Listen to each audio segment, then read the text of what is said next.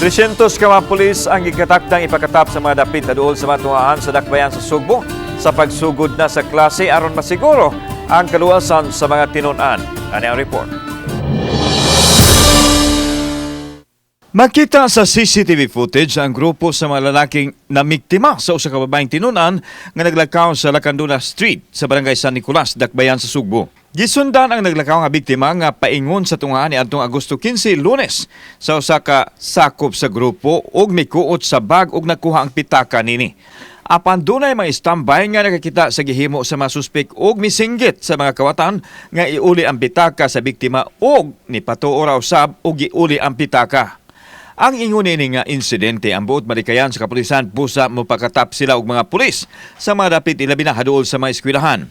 Suma sa tigpamaba sa Cebu City Police Office, Lieutenant Colonel Maria Teresa Makatangay nga magpahipi lang ang mga daotang tao ug naghuwat lang nga makapamiktima. Our respective station commanders were already directed to coordinate with their respective barangays and with their respective school officials, no? Para pahigayon og maayo ang maong pagsulod balik sa ato ang mga tinunan sa ilang respective schools.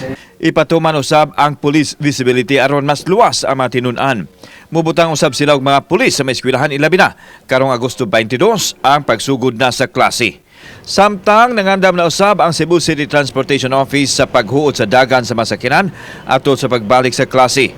Hugot nilang ipatuman ang no parking o stopping sa mga dapit sa mga tunghaan aron kalikayan ang paghuot sa trapiko. So within the week, our operations will be doing observations on the traffic situation. Kauban si Clifford Lumayag, ako si Alan Domingo. Balitang Bisdak.